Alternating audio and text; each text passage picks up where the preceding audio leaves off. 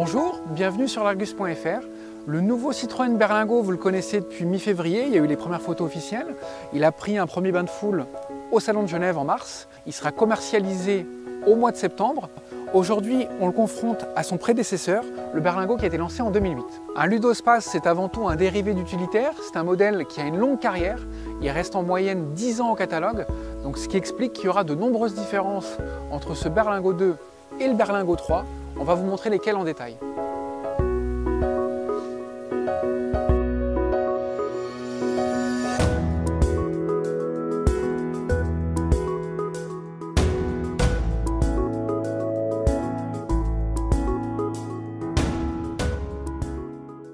Le Berlingo 2, c'est une silhouette de monospace avec un nez un peu façon TGV, une ligne de capot dans la continuité du pare-brise. Il a été restylé en 2012 puis en 2015 avec à chaque fois, pour seule différence par rapport à son cousin le Peugeot Partner, une question de calandre. On est bien chez Citroën, on ne confondra pas à l'avenir le Berlingo avec ses cousins Peugeot Rifter et Opel Combo Life. On a l'identité des modèles de la gamme avec la calandre à double étage, les projecteurs ici, les feux diurnes, ici les clignotants. Et surtout, le nouveau Berlingo, il a un côté minivan avec ce capot qui est court, qui est horizontal et qui est en rupture avec le pare-brise. L'actuel Citroën Berlingo ne peut pas cacher ses origines utilitaires. On voit ici une glissière qui sert à la porte coulissante. On a un joint pour faire le raccord entre les deux vitres. D'ailleurs, ces vitres-là, elles s'ouvrent de manière entrebâillante à l'aide de compas. On a des barres de toit qui étonnamment commencent à partir de la porte arrière. Donc c'est plutôt un véhicule utilitaire qui a été transformé en véhicule familial. Alors on l'a vu, le capot est plus court, plus plat, en rupture avec la baie de pare-brise. Ça n'a aucune incidence sur la longueur du véhicule qui fait 4,40 m. L'actuel faisait 4,38 m, donc le même format. En revanche, il y aura un Berlingo baptisé Berlingo XL, allongé à 4,75 m. Donc ça c'est inédit, deux longueurs de Berlingo.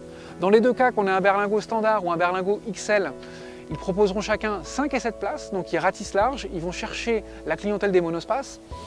Ce nouveau Berlingo a un côté aussi plus qualitatif, il est mieux fini. On a ici les air bumps, c'est une spécificité Citroën, avec là encore des éléments de personnalisation. Il y a une montée en gamme par une meilleure finition, donc là les glissières des portes, c'est beaucoup mieux intégré, c'est dissocié de la vitre, chaque élément a sa place. La surface vitrée justement, elle est bien intégrée, il y a des éléments noirs pour avoir un élément homogène. Et puis ce qui sera apprécié aussi, c'est que les vitres elles descendent électriquement dans les portes. Et ça c'était un équipement qui était réclamé par la clientèle. Alors il y a des changements sur la partie avant, on l'a vu. En revanche, pour ce qui est de la partie arrière, ça évolue pratiquement pas parce qu'un Ludospace c'est un véhicule volumique avec un design cubique. Donc l'organisation elle était déjà là sur cette version-là. Ce qui était pratique justement sur le Berlingo 2, c'est cette lunette à ouverture indépendante, un équipement qui est très pratique lorsqu'on est en stationnement, on ne peut pas ouvrir l'imposant haillon, et notamment un équipement inégalé de la concurrence parce que de mémoire, un Renault Kangoo par exemple ne propose pas ce type d'équipement. Finalement, c'est à l'arrière qu'il y a le moins de changements d'une génération à l'autre de Berlingo. On a toujours cette forme cubique au carré avec les feux verticaux, la plaque en bas, le logo ici. Il y a toujours également la lunette qui s'ouvre de manière indépendante. Ça c'est pratique, et puis c'est ce qu'a inventé le Berlingo avec la première génération, donc il n'y a pas de raison que ça change. À bord, l'actuel Berlingo ne peut pas cacher son âge, il y a toujours une clé pour démarrer, il y a des commandes de vitres qui sont sur la console centrale, donc ça fait un peu cheap. On a également un levier de frein à main, donc ça c'est un équipement qui tend à disparaître aujourd'hui. L'intégration des commandes de clim qu'on a vu sur d'autres modèles, notamment des Peugeot 207, et du GPS qui autrefois était au-dessus. Au niveau du restylage, on l'a mis là, ça laisse un peu à désirer. D'un point de vue ergonomique, les touches pour le contrôle de l'autoradio, heureusement qu'il y a un satellite parce que c'est pas ce qu'il y a de plus pratique. En revanche, il y a quand même des points positifs. On a un bac de rangement, on a du rangement aussi ici, et puis là, comme sur un C4 Picasso, on a un rangement profond entre les sièges. C'est une console qui peut aussi se retirer. Donc ça, c'est des choses qui sont héritées des monospaces, et c'est très bien sur ce Berlingo.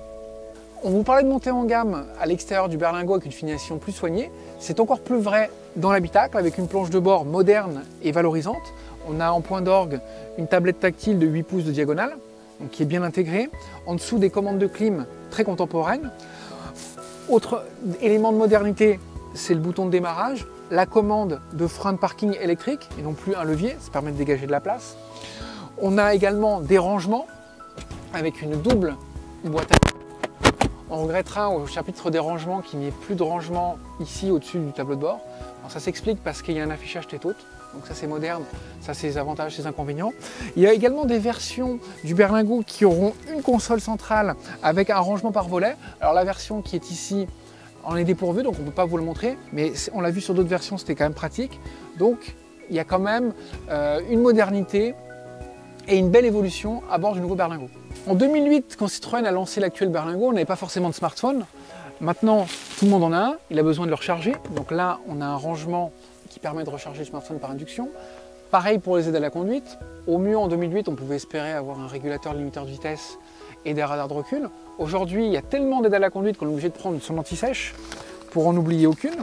Donc il y a à commencer par un affichage tête haute, la lecture de panneaux de signalisation, reconnaissance des limitations de vitesse, la détection des piétons avec le freinage automatique d'urgence, l'aide au maintien dans la voie, l'alerte de fatigue, le contrôle de stabilité de la remorque. On a une caméra de recul, un parc assist et également un régulateur de vitesse adaptatif. Autant d'équipements de sécurité et de confort qui sont aujourd'hui largement démocratisés sur les berlines. Il n'y a pas de raison que les Ludospace n'en bénéficient pas. En 10 ans de carrière, l'actuel Citroën Berlingot a eu le temps de peaufiner sa modularité et les aspects pratiques, notamment lorsqu'on voyage avec des enfants. Il y a des tablettes aviation au dos de siège avant, ça c'est appréciable. Il y a également des stores pour se protéger du soleil. On regrettera néanmoins que les vitres arrière elles ne soient pas descendantes. C'est par un système de compas, donc ça reste perfectible. Après, il y a des toits en verre au-dessus des passagers, donc il y a 4 petits toits en verre, un grand rangement pour poser ses objets au niveau du plafond, une aération, donc ça c'est plutôt agréable. Aux places arrière, il n'y a pas beaucoup de changements d'une génération à l'autre, parce que l'actuel berlingot a été optimisé au fil de ses restylages. On notera quand même 3 détails intéressants. Tout d'abord, une meilleure accessibilité avec une ouverture de porte coulissante qui est parfaitement rectiligne en partie haute. La glissière elle est mieux intégrée.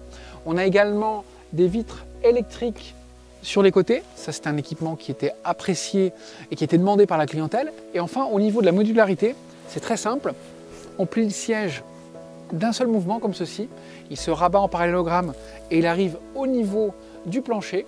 Donc plus besoin de replier les appuis-têtes, de le remettre en portefeuille au dos du siège avant, voire même de l'enlever. Là, les sièges ne sont plus escamotables, donc c'est plus simple. Peut-être qu'on perd un petit peu en volume. Pour les départs en vacances, on a un volume de 650 litres sous tablette en configuration à 5 places.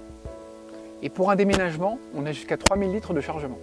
Les sièges amovibles, c'est fastidieux, c'est encombrant, il faut savoir quoi en faire.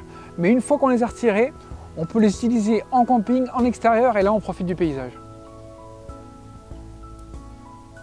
En termes de volume de chargement, la capacité du coffre, elle augmente de 125 litres en configuration à 5 places sous tablette. On a un volume de 775 litres, donc ça c'est appréciable.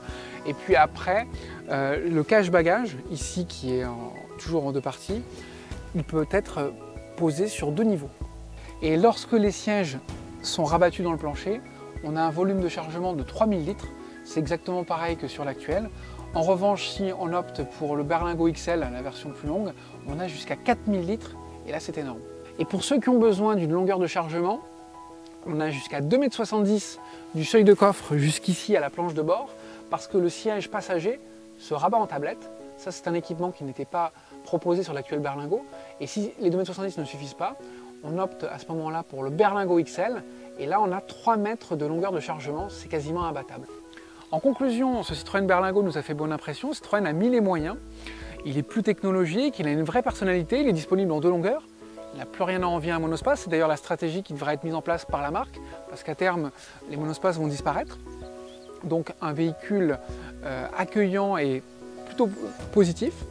D'ailleurs, si vous êtes fan de Ludospace, vous intéressez à ce genre de modèle, n'hésitez pas à regarder nos autres vidéos, en particulier sur le Peugeot Rifter et sur l'Opel Combo Life, les 2 jumeaux techniques, en particulier Opel Combo Life face au Renault Kangoo. Alors dans ce cas-là, n'hésitez pas à laisser un petit pouce bleu, un commentaire. Nous, on vous donne rendez-vous très bientôt sur largus.fr et puis d'ici là, suivez-nous sur les réseaux sociaux. À bientôt!